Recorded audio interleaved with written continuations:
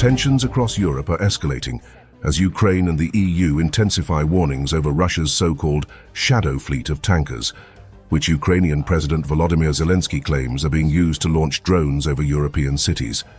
Speaking in his evening address, Zelensky said, "We now have intelligence that the Russians are using tankers to launch and control drones targeting European countries. This shows why the Baltic Sea and other seas must be closed to Russian tankers, at least the shadow fleet."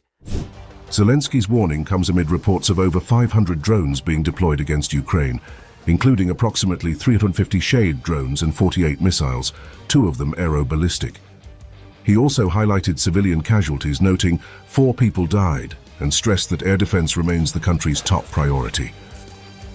Russia uses, unfortunately, the same tactics, hitting energy targets to try to black out Ukraine. During the UN General Assembly, Russia, literally, every day, every hour, used attacks against Ukraine. Very underhanded attacks. The European Union is responding with tighter sanctions targeting the shadow fleet. EU Chief Ursula von der Leyen stated, "We are tightening the sanctions against Russia, specifically on the shadow fleet.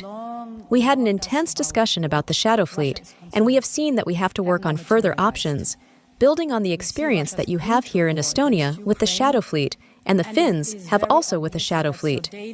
So we want to draw on your experience and tighten and sharpen the sanctions against the shadow fleet." General Keith Kellogg, the American envoy to Ukraine, further escalated tensions, signaling support for Ukraine's offensive and implicitly challenging Moscow, potentially provoking Russia into a broader military response. Russia is not winning this war. If they were winning, they would be in Kyiv, Odessa. They would be over the Dnipro River. Russia, meanwhile, has framed any interception of its aircraft or drones as a serious provocation. Russian Foreign Minister Sergey Lavrov warned, "Our military intelligence is working, our intelligence services are from time to time unveiling the true face of those who are behind such provocations. As for the response that will follow, I think it's